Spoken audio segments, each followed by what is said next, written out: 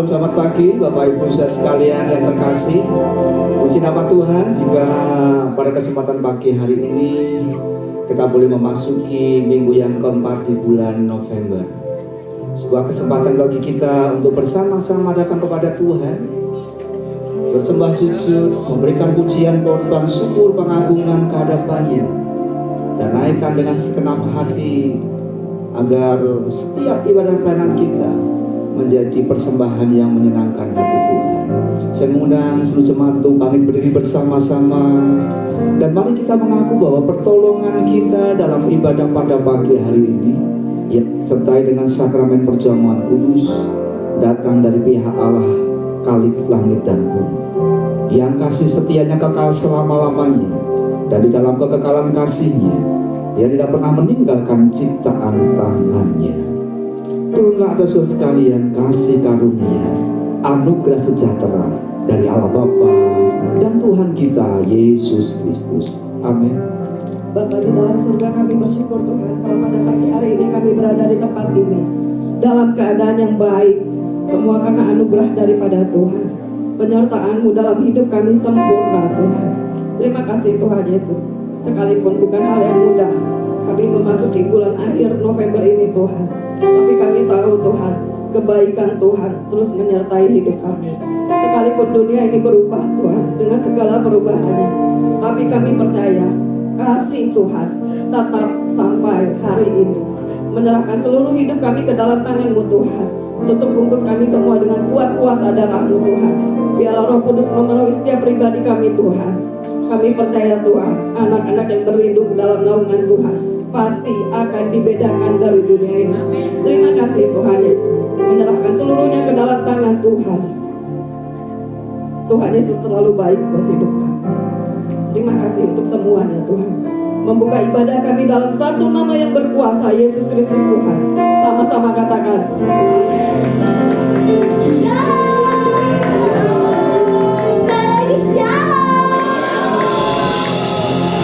Sukacita pada hari ini boleh lambaikan tangannya. Siap menari untuk Tuhan, amin. Mari kita sama-sama nyanyikan.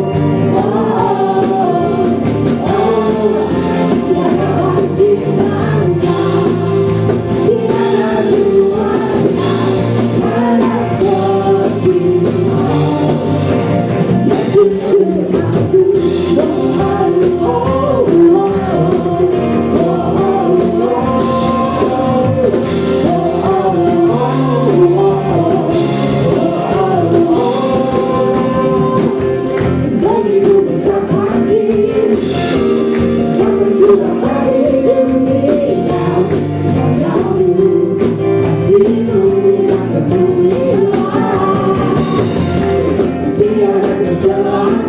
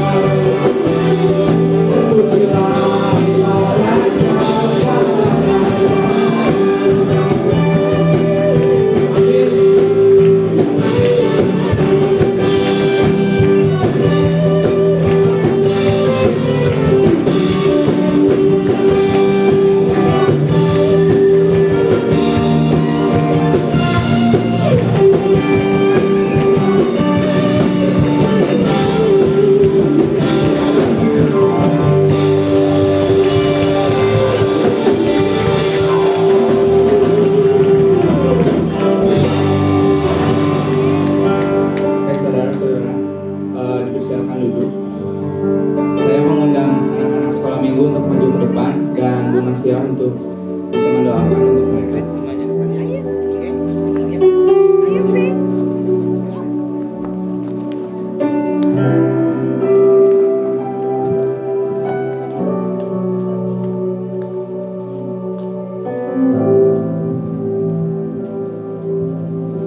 Baik, Bapak Ibu, kita akan arahkan tangan kita untuk kita memberkati anak-anak yang sebentar akan sekolah minggu bersama. Bapa di dalam surga, kami bersyukur ya Tuhan, pagi hari ini atas kasih dan anugerah-Mu, kami ada di tempat ini. Kami menyerahkan anak-anak sekolah minggu kami ke dalam tangan-Mu Bapa. Kiranya anak-anak ini Tuhan pakai untuk menjadi alat kemuliaan Tuhan. Berikan mereka hikmat ya Tuhan untuk mendengarkan cerita yang akan disampaikan oleh guru sekolah minggu. Bahkan saat memuji Tuhan, mereka boleh diberkati dengan penuh sukacita. Terima kasih ya Tuhan, kami serahkan seluruhnya anak-anak ini ke dalam tangan-Mu. Di dalam nama Tuhan kami Yesus, kami berdoa dan mengucap syukur. Haleluya, amin.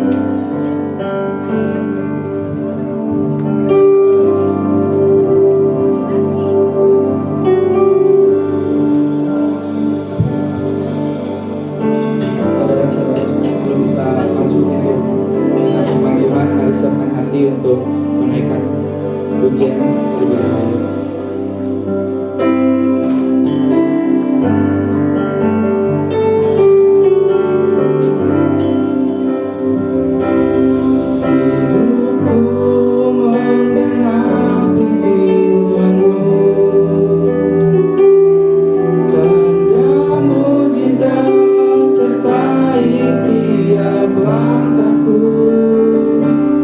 Kau bersamaku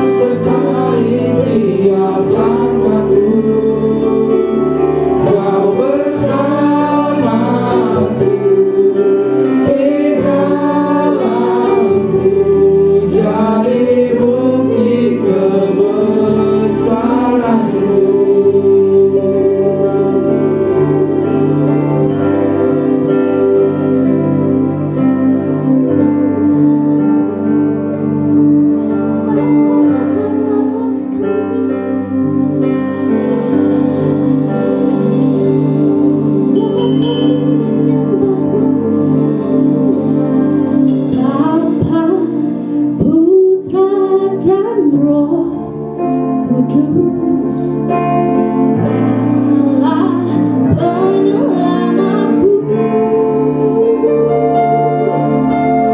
Oleh kasih dan anugerah-Mu, ku dijadikan baru, dan ku mau memuliakan-Mu, menyenangkan hati-Mu.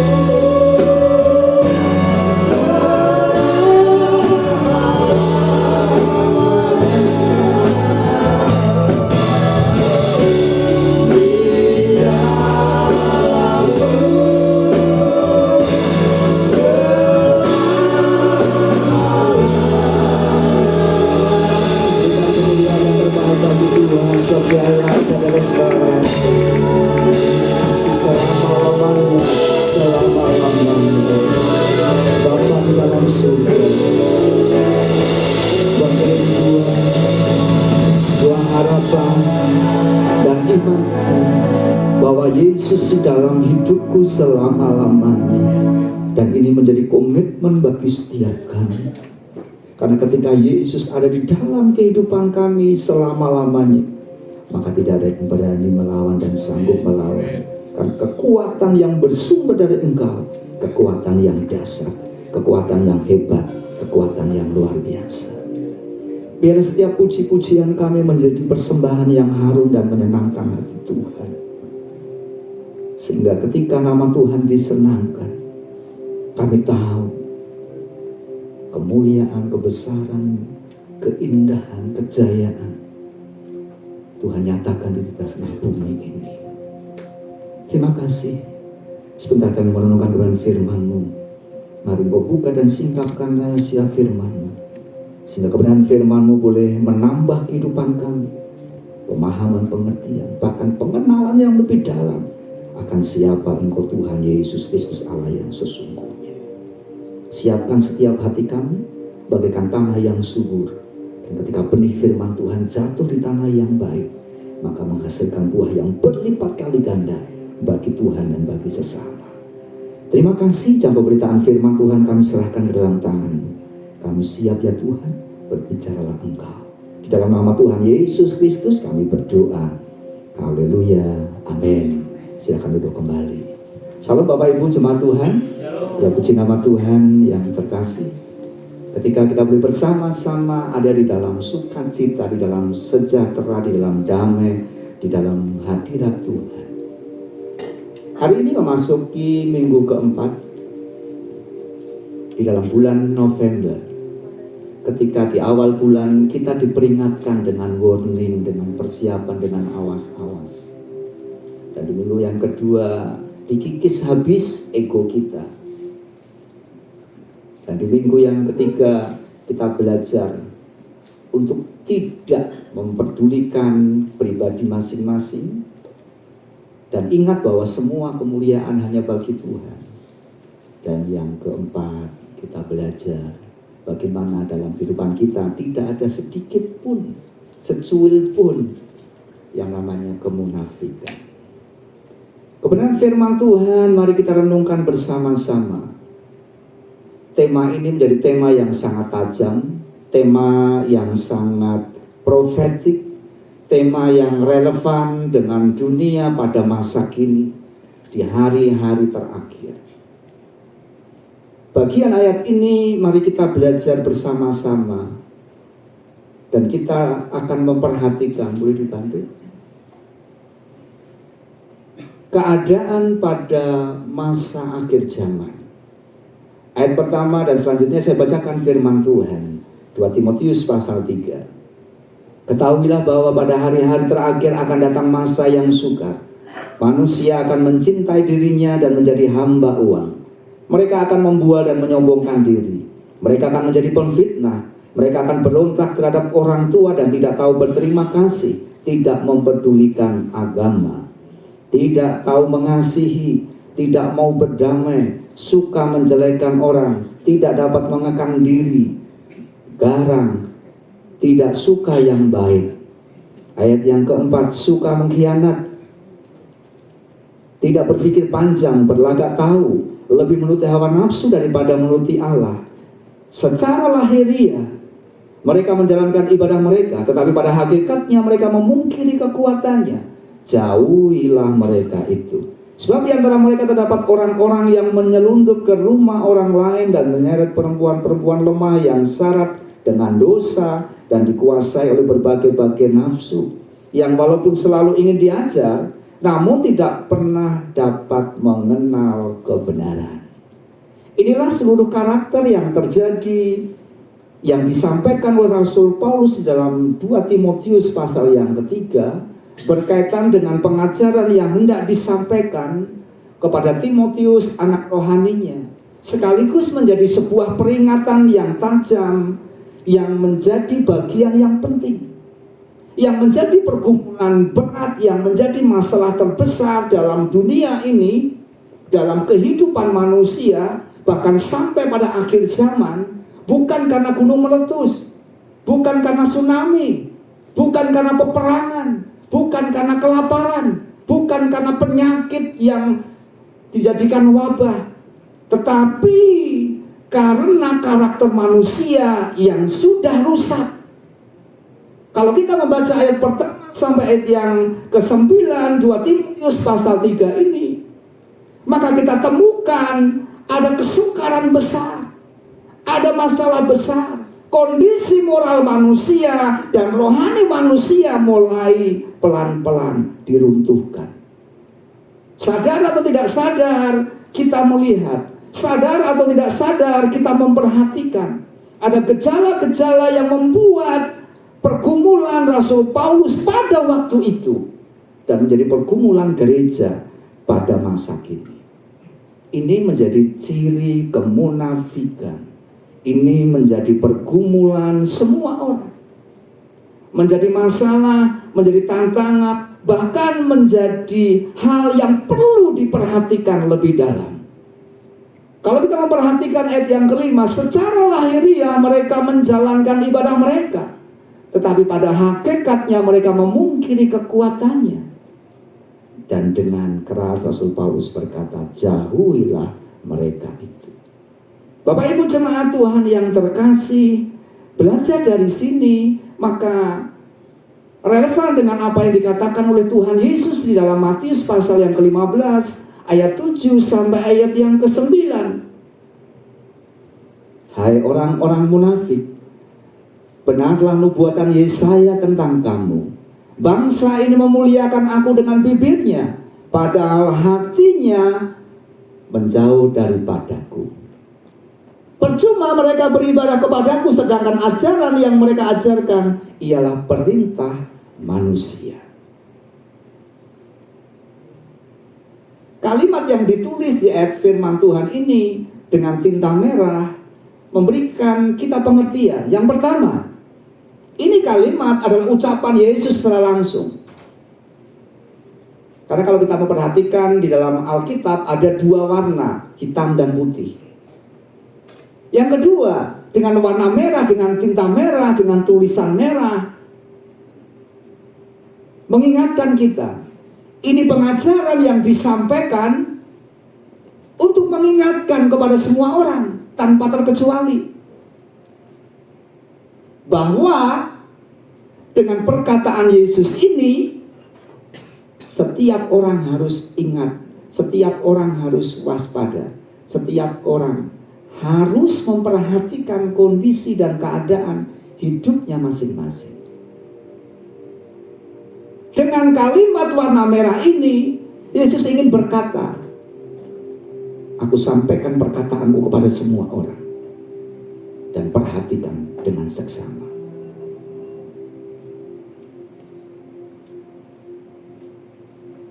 Yang disebut munafik atau hipokrisi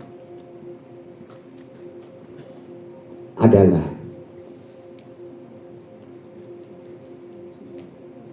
kalimat ini, kata ini berasal dari kata hipokrita yang berarti aktor panggung, orang yang memakai topeng. Munafik adalah sebuah kata, dan ketika dijabarkan pengertiannya, ketika dijabarkan maknanya, ternyata mengandung satu arti, aktor panggung, orang yang memakai topeng. Kemunafikan bukan sekedar kesalahan biasa. Kemunafikan merupakan kehidupan rohani yang palsu, sebuah bentuk kesalehan yang hanya di permukaan, hanya di kulitnya saja, dan tidak masuk sampai ke dalamnya. Kemunafikan adalah ketika mulut memuji Tuhan, ketika tangan melambai, tangan bergerak, tangan diangkat untuk menyembah Tuhan, tetapi membiarkan batinnya, hatinya kacau berantakan. Artinya tidak memberikan ruang di dalam hatinya akan kehadiran Tuhan. Itu yang disebut dengan munafik. Hari ini mari kita belajar, ya, bukan untuk menghakimi orang lain, tapi belajarlah hakimi diri sendiri, hakimi pribadi masing-masing. Adakah berita ini menjadi satu cambuk dalam kehidupan kita dan bertanya, adakah kemunafikan dalam diriku yang aku pelihara? Ada sebuah cerita tentang seorang aktor, karena berkaitan dengan kemunafikan. Seorang aktor teater yang biasa berperan sebagai orang yang bijaksana, orang suci, bahkan berperan sebagai biksu, sebagai pemimpin agama, sebagai pendeta. Penampilannya itu luar biasa dan sangat memukau penonton, membuat penonton angkat jempol. Aktor ini tersenyum ketika ditanya oleh seseorang, "Tuan, Anda tampil seperti orang yang sangat beriman. Anda tampil sebagai seorang yang sangat beragama di depan Tuhan." Dan aktor ini menjawab dengan santai, "Di panggung, aku bisa terlihat rohani. Dan pada kenyataannya aku hanya memerankan saja." Bisa diterima? Di dalam dunia panggung, seseorang bisa melakukan apa saja yang memukau penontonnya, yang membuat penontonnya seperti tertipu. Tapi pada kenyataannya dia hanya berkata, "Aku hanya seorang pemeran." Kemunafikan adalah hidup seperti seorang aktor yang hanya memenangkan iman. Hanya memenangkan iman, bukan menghidupi iman. Ada banyak ciri yang terjadi, yang dimunculkan di dalam kebenaran firman Tuhan. Ciri-ciri kemunafikan yang tertulis di dalam 2 Timotius pasal 3. Ciri-ciri kemunafikan yang disampaikan oleh Rasul Paulus. Yang pertama, tahu kebenaran tapi tidak pernah taat. Dari 2 Timotius pasal yang ketiga dan ke-7 tadi mengatakan, yang walaupun selalu ingin diajar, namun tidak pernah dapat mengenal kebenaran. Diajar.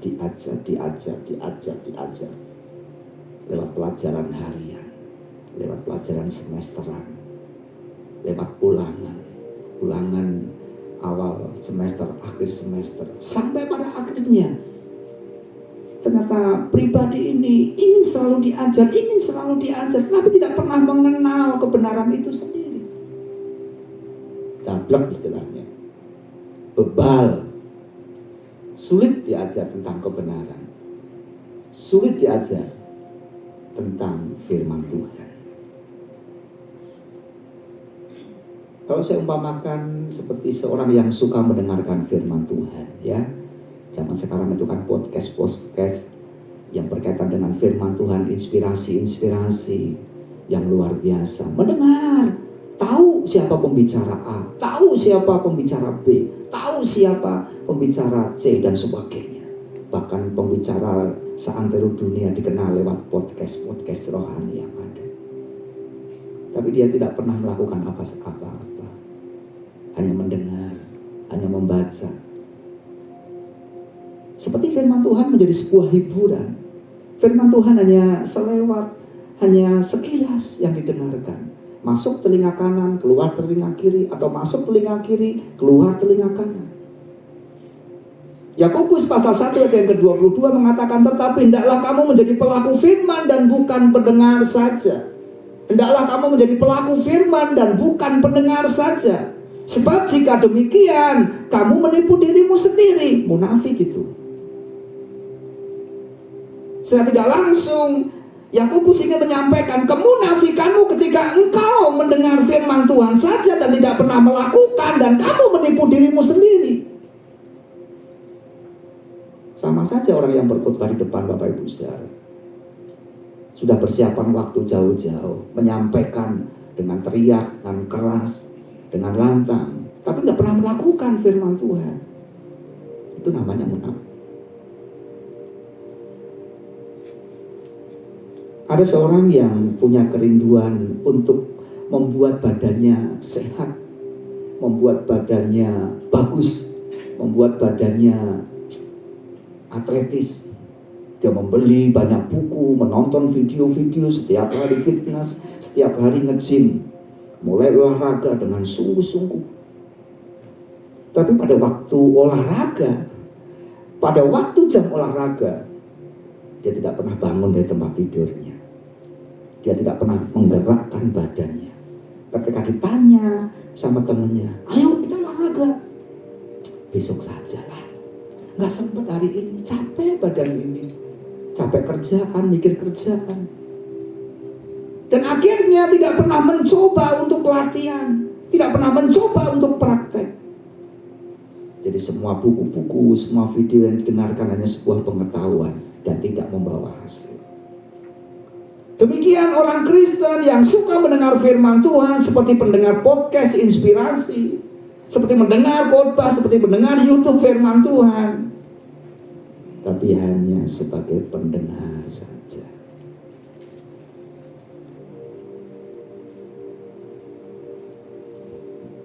Yang kedua, kemunafikan yang terjadi yang disampaikan oleh Rasul Paulus.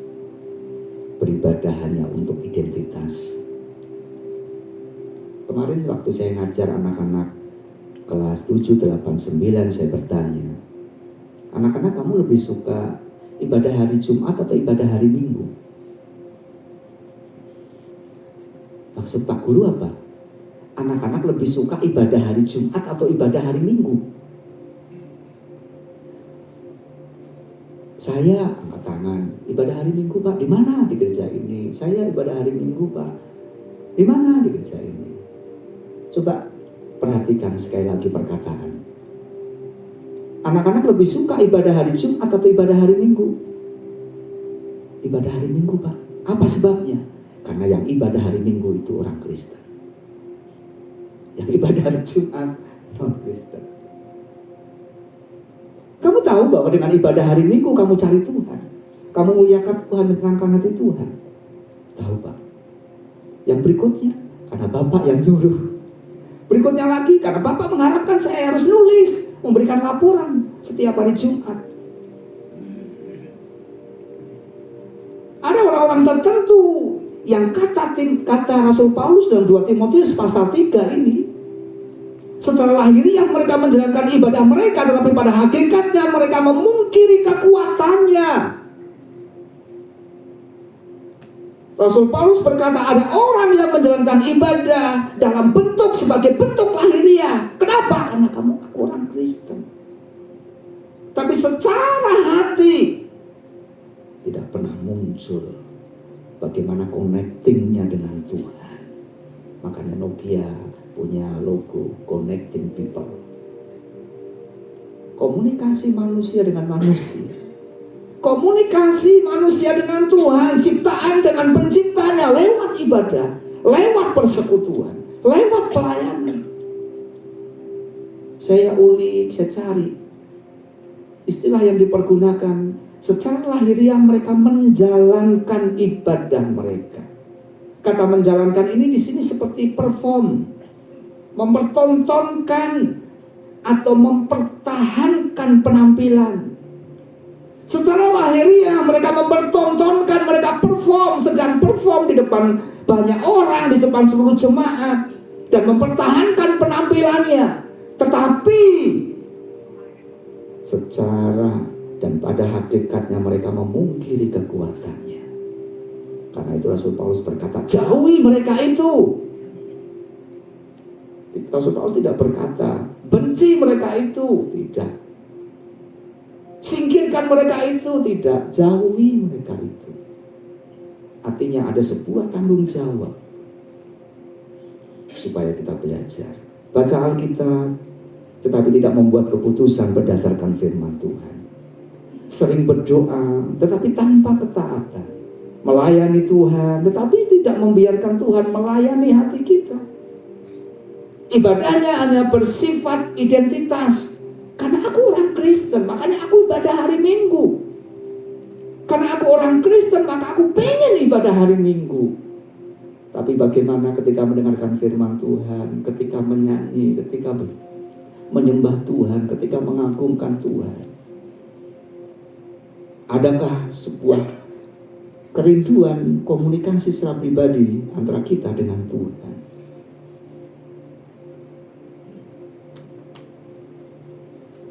Hal yang penting dalam kehidupan kita perlu kita pahami.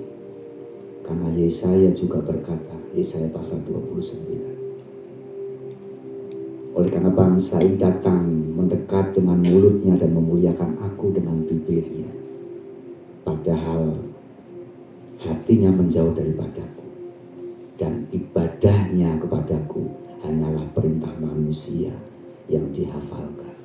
Bapak Ibu jangan lupa ya, setiap hari Minggu di Ran Baladewa ada ibadah yang dimulai pukul 8. Setiap Jumat ada prayer encounter yang dimulai pukul 18.15.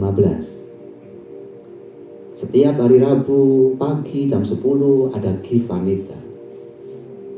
Sore hari Rabu pukul 18.15 ada Give Harmony. Kamis pada jam 7 ada Give Light. Hafal jam-jamnya, hafal hari-harinya, tapi tidak pernah hafal apa maksud Tuhan di dalam pembinaan, apa maksud Tuhan di dalam merenungkan firman Tuhan. Apa gunanya? Akan menjadi sebuah kesia-siaan, seperti usaha manusia menjaring angin, kata pengkhotbah.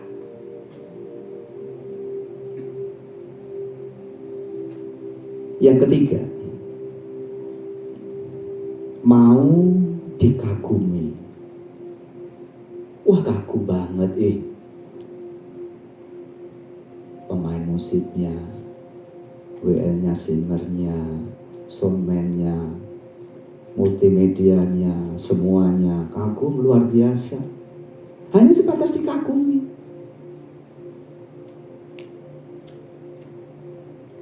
Mereka melayani Tuhan, mempersiapkan dengan baik, latihan dengan sungguh. Kekaguman kita adalah ketika mereka semua melayani Tuhan. Saudara kita, mungkin termasuk anak-anak kita, melayani Tuhan. Karena dengan pelayanan mereka, kita merasakan ada hadirat Tuhan nyata tengah-tengah kita. Ada lawatan Tuhan bekerja dan berkarya di tengah-tengah kehidupan kita. Itu yang menjadi kekaguman kita. Jangan kagum karena secara lahiriah saja, secara skillnya saja. Tetapi kagumilah karena skillnya, karena kemampuannya, karena urapannya, karena pemakaian Tuhan yang luar biasa. Sehingga kau merasakan bahwa ibadah ini, ibadah yang mendatangkan Shekinah glory, hadirat Tuhan ada nyata di tengah-tengah kehidupan kita. Ada banyak orang yang mau dikagumi, tapi tidak mau dikoreksi. Bahkan menolak untuk dinasehati, ditegur. Bukankah itu gak jauh beda dengan orang-orang yang punya tipe kebal, fasik, degil hati. Inilah menjadi akar kemunafikan. Akar dari kemunafikan yang terjadi. Boleh dibantu?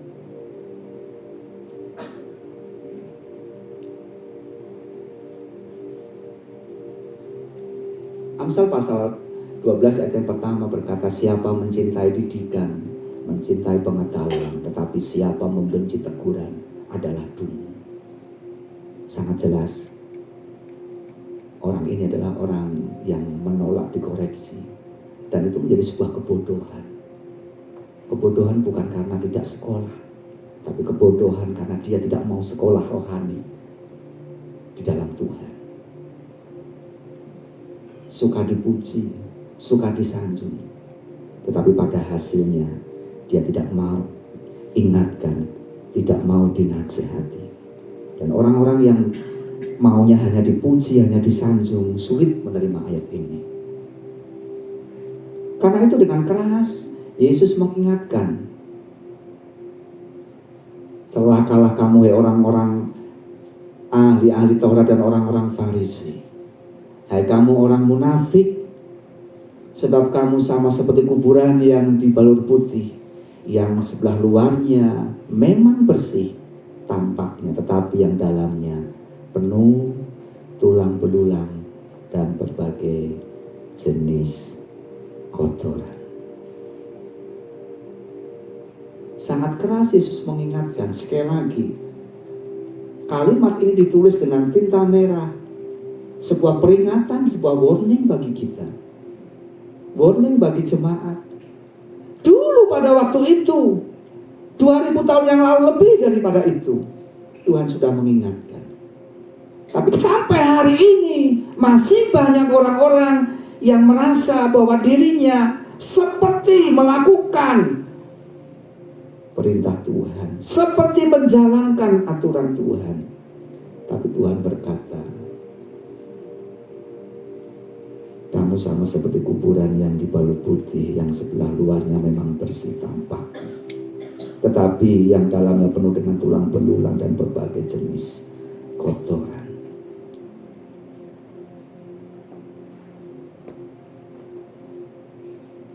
Zaman tradisi orang-orang Yahudi ketika menjelang Paskah, itu mereka mulai merapikan setiap kuburan-kuburan, lalu dicat dengan putih. Supaya apa? Supaya terlihat, supaya nampak ketika seseorang sedang melewati jalan itu. Tidak tertabrak oleh batu nisan, tidak tertabrak oleh bongkai dan sebagainya. Yang kedua, supaya kelihatan manis, tidak menakutkan, bahwa kuburan itu bukan tempat yang menakutkan. Yang ketiga, ada sebuah tanggung jawab dari keluarga tersebut. Makanya dibalur putih. Tapi itu menjadi sebuah alas Tuhan, menjadi sebuah alat untuk menyampaikan teguran kepada orang-orang Farisi dan ahli-ahli Taurat. Luarnya bagus, tapi dalamnya hancur, dalamnya rusak, dalamnya bobrok. Dan Yesus mengingatkan itu. Yesus memperingatkan itu. Penampilan rohanimu tidak kau perhatikan, isi hatimu tidak pernah kau perhatikan, tapi penampilan jasmanimu, jubahmu, bajumu, ornamenmu bagus-bagus. Dan dari peringatan ini, Yesus ingin berkata, hati-hati dengan gaya, dengan tipe, dengan sikap, dengan model orang-orang yang munafik. Orang yang munafik selalu berfokus pada bagian luar. Orang yang munafik, perhatikan, kemunafikan lambat laun akan mempercepat kematian rohani. Mulai rusak, mulai digerogoti, mulai dihancurkan, mulai dirusak, dan tidak ada komitmen lagi di hadapan Tuhan. Orang yang munafik hidupnya tidak selaras, tetapi tetap memakai topeng. Tidak sesuai, tetapi tetap memakai topeng. Apakah kemunafikan itu berbahaya? Sangat berbahaya. Kemunafikan sangat berbahaya. Yang pertama, karena merusak hubungan kita dengan Tuhan. Ketika orang percaya dengan iman yang sungguh, dengan ketulusan, dengan kerohanian yang baik, yang bisa dijadikan teladan. Tetapi ketika ada sedikit kemunafikan, maka mulai pelan-pelan hubungannya dengan Tuhan mulai rusak. Intimasi, kedekatan dengan Tuhan mulai terkikis. Mulai pelan-pelan masuk di dalamnya dan membuat kehidupan kerohanian orang percaya pelan-pelan terbawa kepada sebuah penyesatan. Kemunafikan itu sendiri juga akan menyesatkan banyak orang. Kemunafikan itu sendiri akan menyesatkan banyak orang, menumpulkan bahkan mematikan kepekaan rohani. Jadi kalau ada pertanyaan, coba Bapak Ibu Saudara peka pada pimpinan Tuhan, peka pada pimpinan Roh Kudus. Tapi ketika unsur kepekaan itu mulai luntur oleh karena kemunafikan, maka yang terjadi, ibadah itu hanya sebuah ibadah saja. Ibadah saja. Dan tidak ada unsur kerohanian yang sungguh-sungguh. Semakin seseorang memelihara topengnya, semakin seseorang menggunakan topengnya, lekat dengan wajahnya, semakin tipis jarak antara dirinya dengan kebenaran. Kenapa? Karena kebenaran firman Tuhan bisa dibuat manipulasi, bisa dijadikan kamuflase. Minggu depan kita akan belajar itu. Menjadi orang-orang yang munafik, Rasul Paulus mengingatkan dengan tegas. Mengapa orang mudah jatuh? Mengapa orang mudah terjebak dalam kemunafikan? Karena zaman sekarang oleh orang lebih mencintai status rohani. Status rohani. Agamamu apa? Kristen dong. Dari kapan? Sejak lahir. Orang tuamu Kristen. Nenek moyangmu Kristen. Kamu lahir, begitu lahir. Agamamu apa? Kristen. Pada zaman sekarang orang lebih mencintai status bukan kehidupan rohani. Tidak ada salahnya itu semua. Tetapi yang membuat Tuhan berkenan bukan karena Kristennya itu, tapi membuat hidup kita berkenan karena Kristennya itu melewati lahir baru, melewati kehidupan yang baru, melewati perjumpaan antara pribadi kita dengan Tuhan secara pribadi. Dan itu yang mengubahkan. Kenapa gak cepat-cepat baptis? Nanti jauh masih banyak persiapan. Sebaliknya, kenapa kamu cepat-cepat buru-buru pengen dibaptis? Malu sama teman-teman, karena yang lain sudah pada baptis. Tahu nggak artinya baptisan itu? Nggak tahu. Tahu nggak pelajaran apa yang kamu dapatkan pada saat kamu akan persiapan baptisan? Nggak tahu juga, nggak hafal juga. Hanya status rohani, hanya status rohani. Dunia ini menjadi tempat yang kita belajar, bukan identitas sosial, tapi jadikan pribadi kita sebagai orang-orang yang memenuhi panggilan kudus. Yang kedua, karena tidak sungguh-sungguh berserah pada pimpinan dan kekuatan Roh Kudus. Keangkuhan, kesombongan,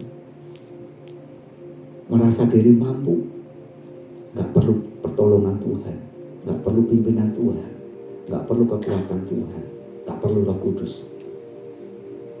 Apa itu Roh Kudus?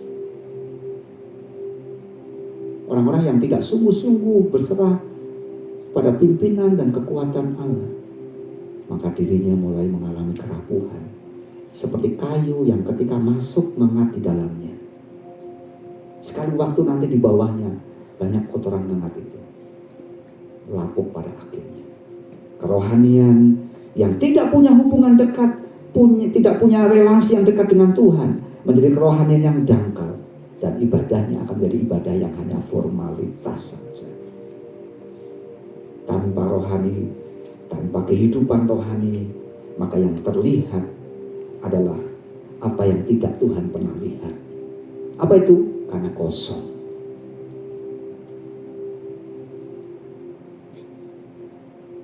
Yang keempat, keinginan untuk terlihat baik di mata manusia. Ada lagu, di hadapan manusia boleh kau bersandiwara, tapi jangan kepada Tuhan. Dunia ini panggung sandiwara. Kalau kita tidak waspada dan tidak hati-hati dengan kehidupan kita masing-masing, mudah jatuh. Manusia pada akhir zaman, manusia pada akhir-akhir ini, kondisinya semakin mudah untuk jatuh, mudah untuk terpikat dengan hal-hal yang menjadi keinginan secara dunia. Tapi lupa bahwa sesungguhnya Tuhan punya maksud yang terbaik. Apa panggilan Paulus dengan ayat yang disampaikan tadi? Jauhilah mereka itu. Rasul Paulus sangat terpanggil untuk mengingatkan dan memperingatkan Timotius, jauhi orang-orang yang hanya sekedar ibadah, hanya sekedar secara lahiriah datang kepada Tuhan, tapi hidupnya, hatinya, iman dan rohaninya nggak ada kekuatannya, nggak ada bobotnya. Jauhi mereka itu.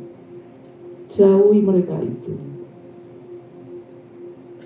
Apa yang disampaikan oleh Rasul Paulus mengingatkan kepada kita semua. Perhatikan, virus kemunafikan itu mudah menular.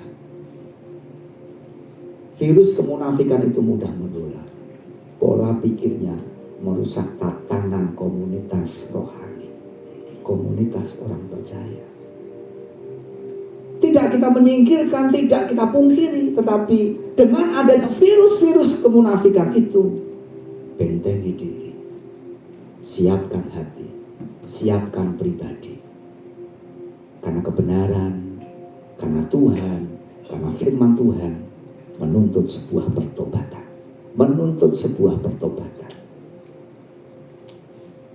Kebenaran firman Tuhan menuntut pertobatan dari kita, bukan hafalan, tapi praktek hidup. Yang terakhir, bagaimana menghindari kemunafikan. Jadilah pelaku firman, bukan pendengar saja. Izinkan Tuhan menyentuh area yang ada dalam kehidupan kita masing-masing. Ketika nyanyi, Bapa, sentuh hatiku, ubah hidupku. Hiduplah dalam pertobatan setiap hari. Bukan dalam pertobatan 1 bulan sekali, 1 tahun sekali, setiap hari. Hiduplah dalam pertobatan. Yang terakhir, rendahkanlah hati di hadapan Tuhan. Bangun kehidupan bersama dengan Tuhan. Kehidupan doa, ketaatan tidak dilihat manusia. Kejarlah kesalehan, bukan citra rohani. Bapak Ibu jemaat yang terkasih, Tuhan tidak mencari orang yang sempurna, tetapi Tuhan mencari orang yang punya karakter yang mau diubahkan.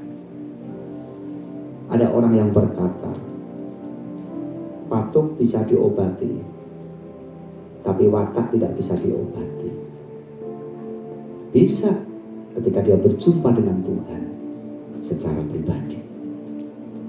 Yang Tuhan mau adalah proses berjalan dalam kehidupan kita. Allah tidak mencari kesempurnaan, tapi Tuhan mencari siapa yang bersedia disempurnakan. Biarlah Tuhan bekerja dalam setiap kehidupan kita masing-masing. Pagi hari ini oleh darahnya menyucikan segala bentuk egoistik, segala bentuk formalitas, segala bentuk kemunafikan, segala bentuk penyamaran kamuflase.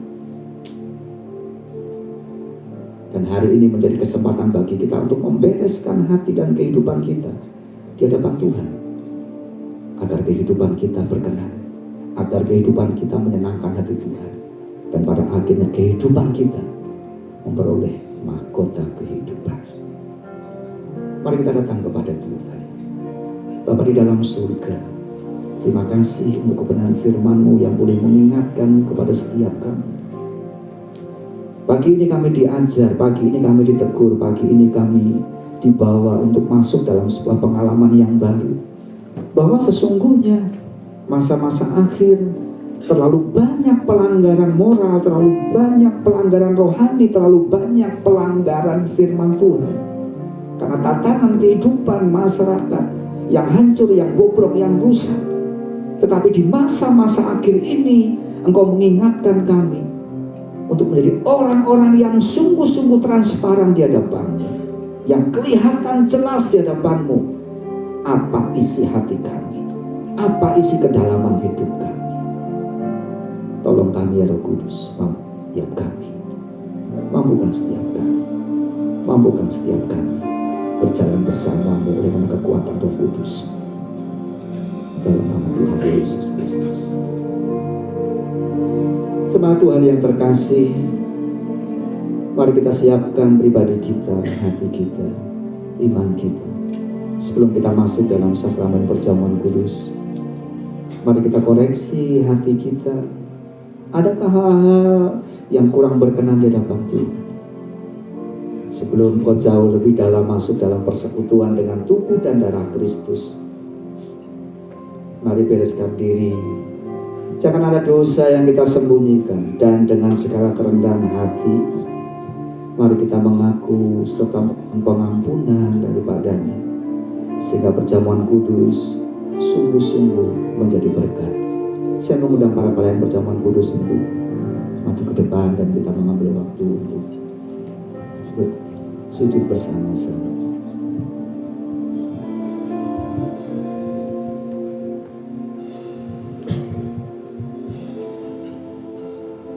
Bapa,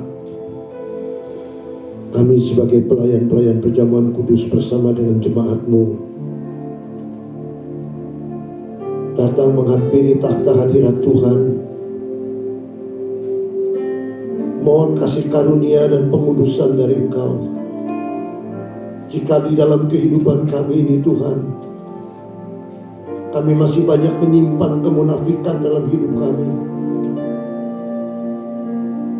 Kami hanya masih menjalankan kerohanian kami supaya dilihat orang.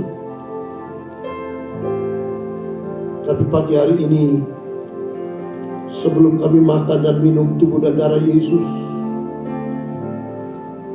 kami mohon Tuhan Kau sucikan, kuduskan kami. Ampuni kami. Kami rindu Tuhan mengalami pembaharuan di dalam Engkau. Kami rindu Tuhan Engkau boleh menyentuh setiap hati kami. Kau mengubahkan hidup kami supaya kami boleh semakin serupa dengan Engkau. Berkaryalah di tengah-tengah kami supaya persekutuan dengan tubuh dan darah Yesus membuat mujizat dalam hidup kami. Terima kasih Tuhan, kami menyerahkan akan perjamuan kudus ini ke dalam tangan-Mu, di dalam nama Tuhan Yesus. Amin.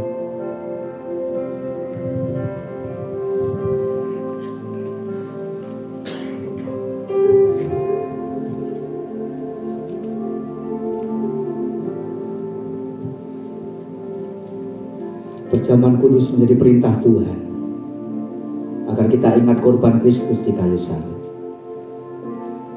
Dan perjamuan kudus mengingatkan kita bahwa Dia di dalam kita dan kita di dalam Dia.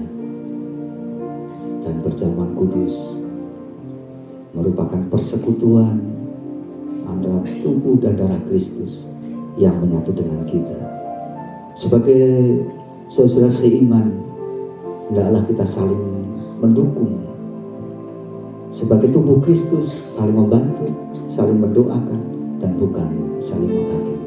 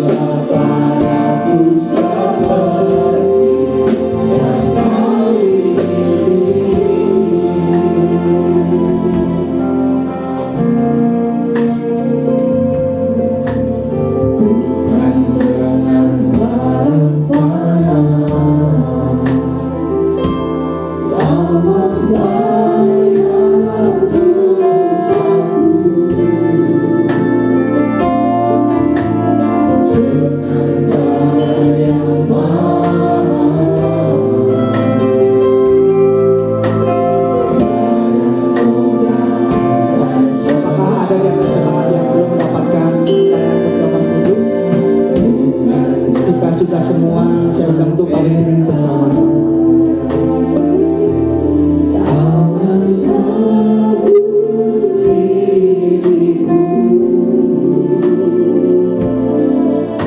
Oleh segenap kasih dan pengorbananmu, ku telah mati dan tinggalkan cara hidupku yang lama. Semuanya sia-sia karena berarti lagi hidup ini ku letakkan pada mezbah-Mu ya Tuhan. Jadilah padaku seperti yang kali ini. Mari kita pegang roti di tangan kanan. Sebelum kita makan roti ini, kita angkat tinggi-tinggi dan dengarkan firman Tuhan.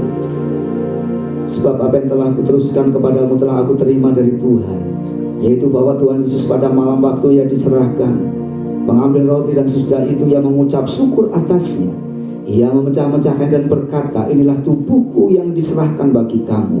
Perbuatlah ini menjadi peringatan akan aku. Mari kita makan bersama-sama dalam nama Tuhan Yesus.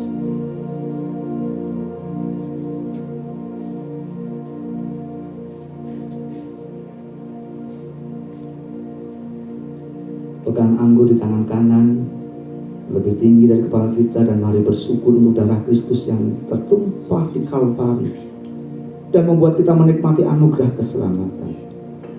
Sebelum kita minum, dengarkan firman Tuhan. Demikian juga Ia mengambil cawan sesudah makan lalu berkata, cawan ini adalah perjanjian baru yang dimeteraikan oleh darahku.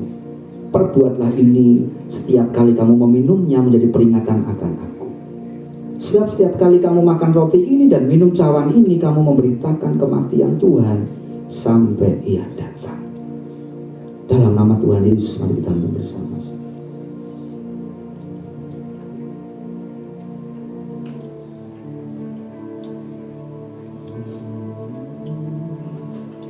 Lebih luas dari samudra kebaikan-Mu Bapa, takkan habis di hidupku. Lebih tinggi dari cakrawala, tak terbatas kasih-Mu.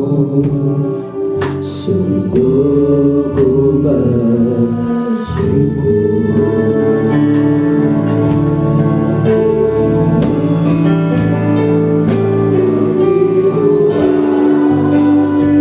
Dari samudra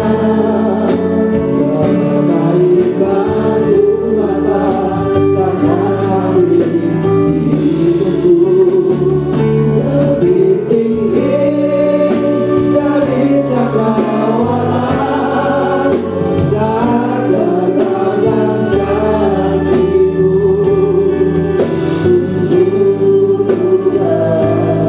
bersyukur, tak terbatas kasih-Mu. Sungguh ku bersyukur. Bapa, terima kasih.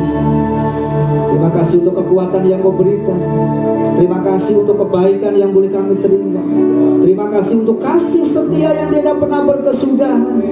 Terima kasih untuk firman-Mu pagi ini. Kalau kami boleh diingatkan akan korban Kristus di kayu salib, korban yang sudah menyelamatkan kami, dan sekarang kami menjadi orang-orang yang boleh diselamatkan. Pagi ini kami percaya Engkau sudah selamatkan kami.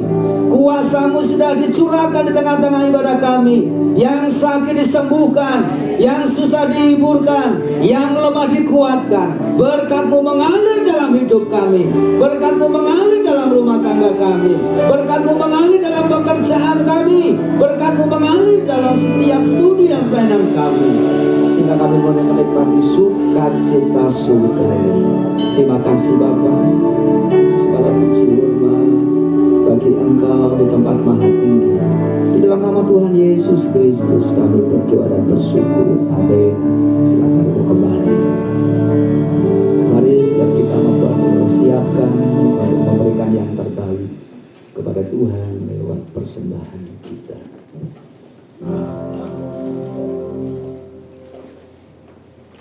Mari kita berdoa. Terpujilah nama Tuhan, ditinggikan nama-Mu selama-lamanya. Apa yang kami persembahkan menjadi kerinduan kami ingin memberi yang terbaik bagi Engkau. Tuhan yang menolong kami, Tuhan yang menolong para kolektan untuk melayani kami, Tuhan yang memberkati persembahan kami. Sucikan bagi hormat kemuliaan nama. Dalam nama Tuhan Yesus Kristus kami siap memberi yang terbaik. Haleluya. Amin.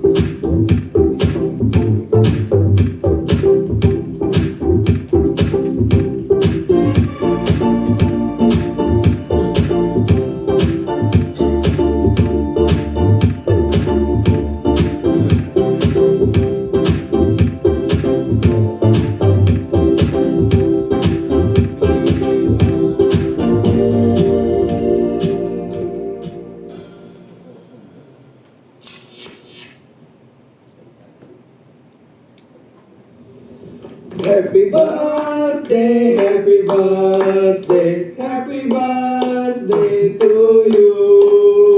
Happy birthday Teten. Bapak hari ini nggak ulang tahun. Lah, aku juga enggak. Lah, aku juga enggak. Lah, terus siapa?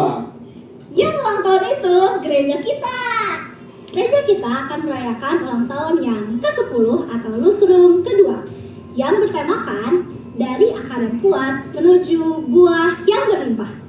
Ibadah ini akan dilakukan atau dirayakan di Gereja Isa Masih Lengkong Besar pada tanggal 28 Desember 2025. Ibadah ini akan diawali dengan tea time pada pukul 15.30. Untuk jemaat yang ingin mendaftar atau hadir, bisa daftar ke link yang ada di bawah ini atau bisa mendaftarkan diri secara langsung ke Ibu Caroline. Kami tunggu kehadirannya. See you!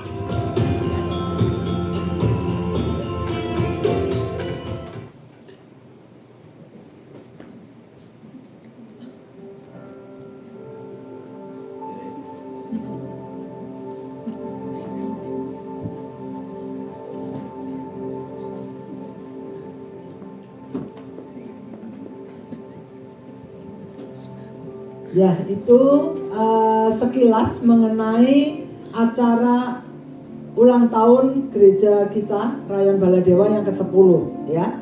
Nah, seluruh rangkaian acara bulan Desember mungkin bisa ditayangkan oleh Yahoo. Kita akan mengawalinya ya dengan caroling sebetulnya tanggal 6. Ini salah nih, kebalik dengan Lengkong ya. Caroling itu dilaksanakan tanggal 6 Desember ya.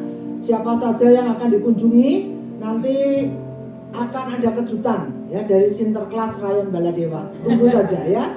Nanti kita akan mengunjungi beberapa jemaat ya untuk acara caroling.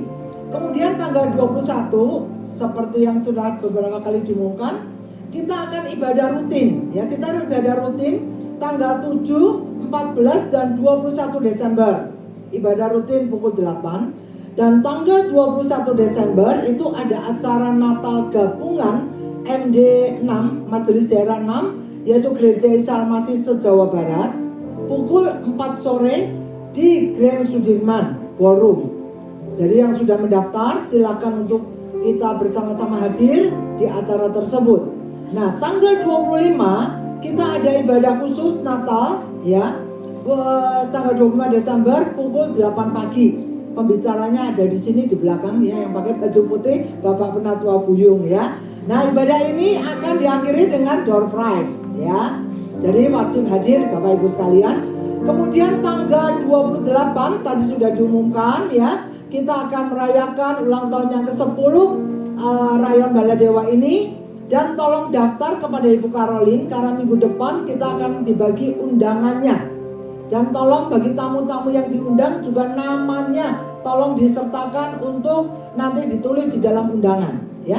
Kemudian tanggal 31 kita akan juga menutup tahun dengan ibadah tutup tahun jam 8 pagi juga di tempat ini, disertai dengan perjamuan suci dan persembahan syukur akhir tahun ya. Tentunya juga ada nanti acara-acara kejutan ya. Dan diakhiri pada ibadah awal tahun tanggal 1 Januari pukul 8 pagi juga disertai dengan perjamuan kasih. Jadi itulah rangkaian ibadah Natal dan Tahun Baru yang Bapak Ibu bisa catat, bisa foto ya, difoto supaya tidak lupa. Itu saja pengumuman dari saya. Apakah ada jemaat yang pertama kali hadir? Ada ya, anaknya tadi Pak Indrawan. Oh, masih di luar ya. Ibu Stella, mana Ibu Stella? Oh, adanya Bu Stella.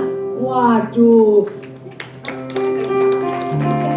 Oh, selamat datang ya. Adanya Bu Stella yang dari Jakarta ya. Wah, rumahnya memang mirip si adik kakak ya. Berharap minggu depan kalau masih di Bandung ada bersama-sama dengan kita kembali. Dan juga ini adik saya Putu. Coba berdiri Putu, nah ini dari Bali ya. Jadi pas berlibur 1 bulan katanya, jadi minggu depan harus ada lagi di sini ya. Nah, itu saja pengumuman dari saya. Apakah ada tambahan pengumuman? Nah, minggu depan bagi yang berulang tahun bulan Desember tolong wajib hadir karena hadiahnya akan diberikan minggu depan ya. Yuk kita bangkit berdiri, nanti Bu Nas akan berdoa syafaat dan Kak Ariel akan menutup di dalam doa berkat.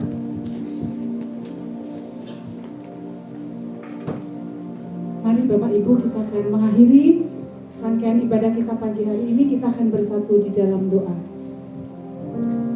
Bapa di dalam surga, kami mengucap syukur. Pagi hari ini kami sudah memuji dan menyembah Engkau ya Tuhan. Dan kami sudah diberkati melalui firman Tuhan. Biarlah setiap kami yang mendengarkan firman-Mu, kiranya firman itu bertumbuh di dalam hati setiap kami. Dan kami semakin kuat, iman kami semakin teguh di dalam Engkau ya Tuhan. Terima kasih ya Tuhan, terima kasih.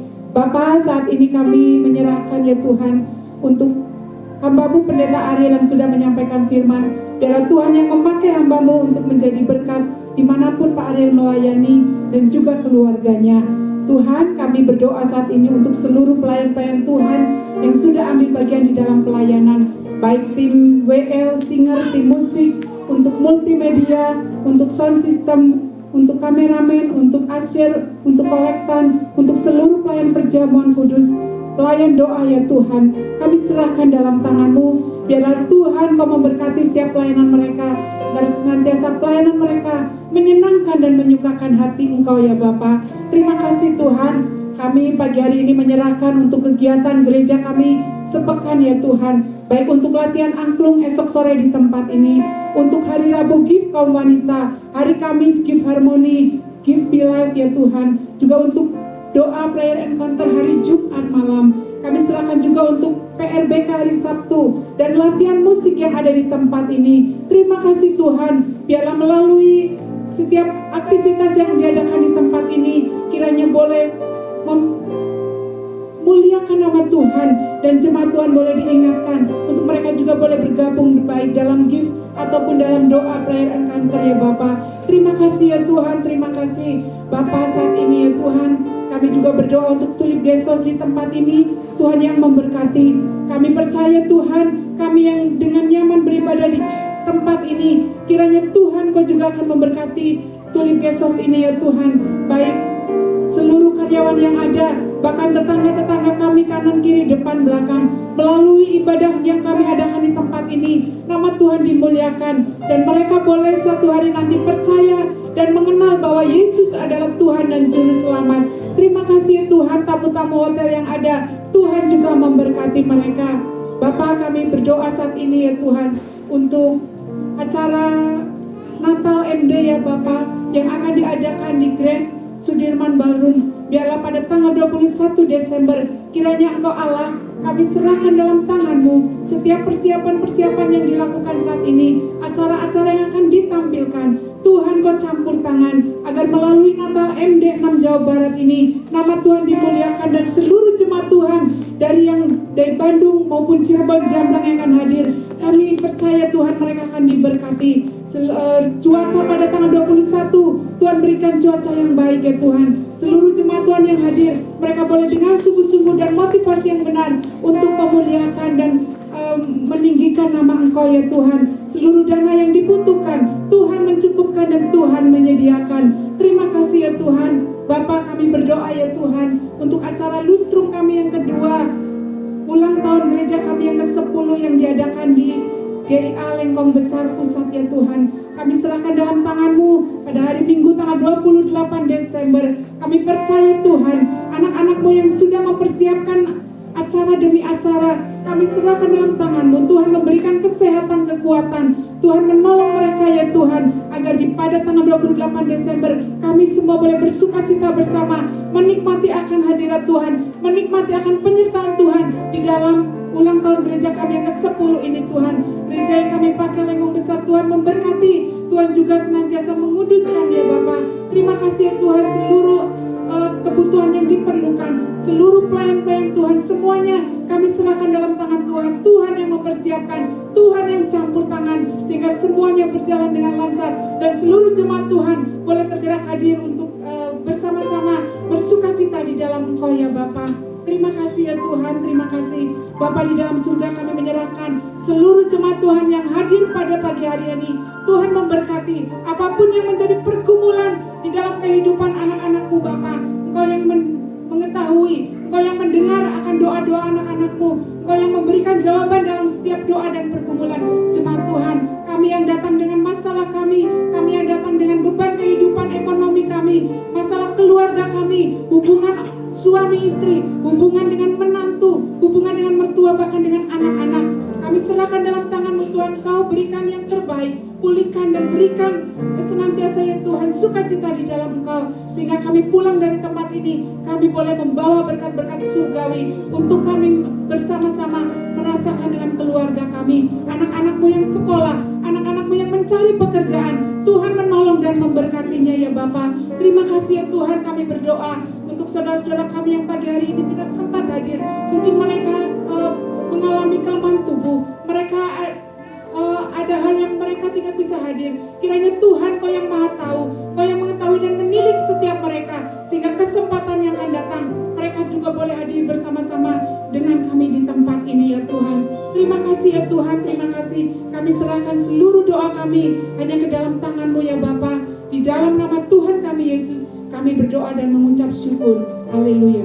Jemaat Tuhan yang terkasih, setelah kita bersama-sama beribadah memuji memuliakan nama Tuhan, menikmati firman Tuhan yang menikmati berjamu dengan tubuh dan darah Kristus. Mari jalani sepanjang sepekan bersama dengan Tuhan. Miliki keyakinan bahwa bukan dengan kekuatan sendiri, tapi oleh kuat kuasa Roh Kudus yang membuat kehidupan menjadi pribadi-pribadi yang berkenan di hadapan Tuhan. Segala bentuk kemunafikan, segala bentuk ketidaktaatan kepada Tuhan mencurahkan dan diberikan kekuatan yang baru dari Roh Kudus. Mari arahkan mata hati, tengadahkan tangan dan terimalah berkat. Tuhan memberkati engkau dan melindungi engkau. Tuhan menyinari engkau dengan wajahnya dan memberi engkau kasih karunia. Tuhan bukan wajahnya kepadamu dan memberi engkau damai sejahtera. Kiranya kasih dari Allah Bapa, anugerah sejahtera dari Tuhan Yesus Kristus, serta persekutuan di dalam Roh Kudus yang akan senantiasa menolong, memimpin, menyertai dan memberkati kehidupanmu mulai pagi hari ini sampai Maranatha Tuhan Yesus datang yang kedua kali. Setiap kita yang percaya berkata,